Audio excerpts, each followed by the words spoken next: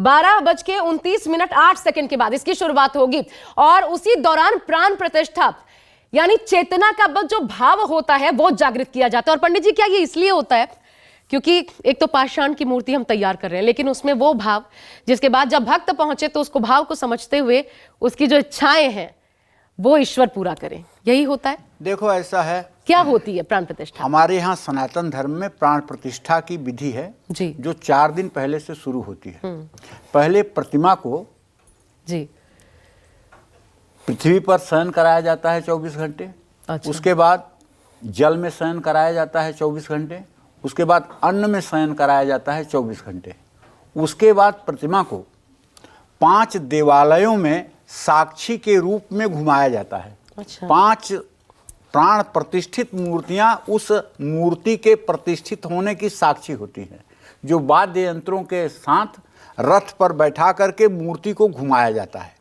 उसके बाद तब मूर्ति को ले आकर के स्थापित किया। तो यहाँ तो सिर्फ प्रेमिसेस में ही, क्योंकि रामलीला को पहले था पूरे अयोध्या में हर जगह कर दिया गया होगा। अच्छा। ये पता नहीं चला होगा, लेकिन 5 मंदिरों से प्रतिष्ठा ले ली गई होगी। अच्छा। और उसके बाद में अब केवल प्रतिष्ठा का कार्यक्रम, जैसे शरीर के जितने अंग हैं उतने अंगों का बीज मंत्रों के द्वारा न्यास करना और उनको प्रतिष्ठा करना, और सबसे अंत में आता है हृदय पर हाथ और पुष्प रख करके हृदय के मंत्रों को बोलते हुए प्राण प्रतिष्ठित करना। ये मंत्र होने के बाद फिर कोई विधा बाकी नहीं रह जाती है और निश्चित रूप से प्राण प्रतिष्ठा हो जाती है। और उस प्राण प्रतिष्ठा के होते ही देवता में वो जागरण हो जाता है जो जैसे मनुष्य के अंदर तस्वीर आ रही है, जीव का जागरण होता दर्शकों को। उसके बाद कंटिन्यू करिए। बाबा रामदेव आपको इस वक्त स्क्रीन पर नजर आ रहे हैं, चिन्मयानंद सरस्वती जी भी नजर आ रहे हैं और आचार्य धीरेन्द्र शास्त्री बागेश्वर धाम के वो भी नजर आ रहे हैं।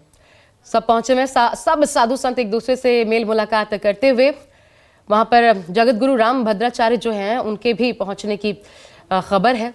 हालांकि लगातार हम ये देख रहे थे कि अयोध्या में, क्योंकि अमृत काल उनका चल रहा है, 75वां उनका जन्म महोत्सव चल रहा था, वहां पर 1008 यज्ञ और उनमें आहुतियां लाखों लाख डाली जा रही थी। इस प्रकार की भव्य तैयारी और जगह जगह अयोध्या में इस वक्त अगर आप गए हो, जहां से भी गुजरिए, सिर्फ और सिर्फ आपको भगवा ही नजर आ रहा था। हर जगह सिर्फ कानों में अगर कुछ सुनाई दे रहा था तो राम धुन सुनाई पड़ रही थी। हर जगह अगर कोई नारा गुंजायमान था तो वो जय श्री राम का नारा ही था।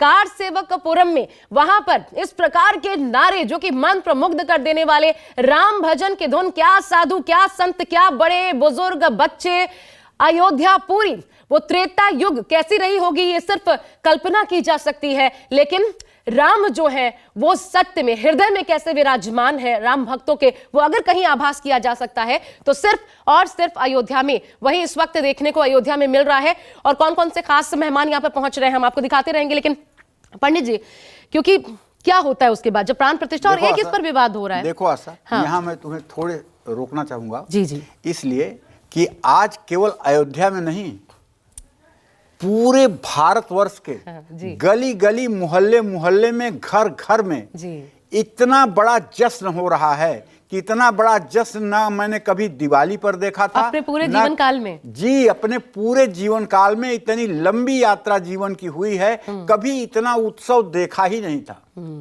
मैं दिल्ली के ईस्ट पटेल नगर से चल करके और यहाँ नोएडा के चैनल पर आता हूँ।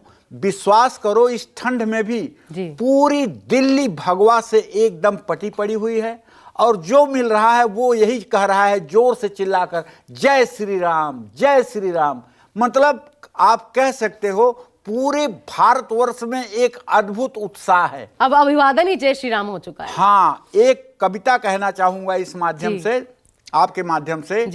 करवट बदल रहा है देखो भारत का इतिहास, जाग उठा है हिंदू हृदय में विश्व विजय विश्वास। सदियों से विस्मृत गौरव का माँ भारत माँ परिचय देगी, सौम्य शांत सुखदाई जननी नवयुग नव जीवन देगी।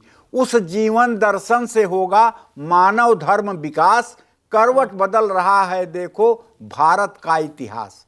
आज एक ऐसा दिन है जब ये कहना कि केवल अयोध्या में धूम है, नहीं, आज हिंदुस्तान के कोने कोने में, अटक से लेकर कटक तक, कन्याकुमारी से कश्मीर तक ऐसा कोई घर नहीं जहां कोई सनातनी रहता हो और वहां खुशियां ना हो, वहां वैभव ना हो, वहां आज के दिन हर प्रकार का उत्साह ना हो, क्योंकि राम तो सबके हृदय में रहते हैं। एक पंडित जी, ये तस्वीर देखिए जरा, आप जो बता रहे थे ना अभी अटक से कटक तक, ये एचडी देवगौड़ा है, मेरे ख्याल से 90 वर्ष की आयु क्योंकि उनकी हो चुकी है। ये एचडी देवगौड़ा जिनको आमंत्रित किया गया था वो शायद पहुंचे हुए हैं और कांधे पर हाथ रख के देखिए कैसे उनको भी इसमें, क्योंकि आमंत्रित किया गया था पंडित जी, तो वो भी यहाँ पर सम्मिलित थे, पहुंचे। यही तो भाव है कि मतलब बड़े बुजुर्गों की हम बात कर रहे हैं, लेकिन देखिए जरा ये भाव देखिए, भले थोड़ी बहुत जो वो क्योंकि उम्र के लिहाज से अक्षमता, लेकिन उसके बावजूद पहुंचना ये बताता है कि क्या भाव है आज मन में, कितना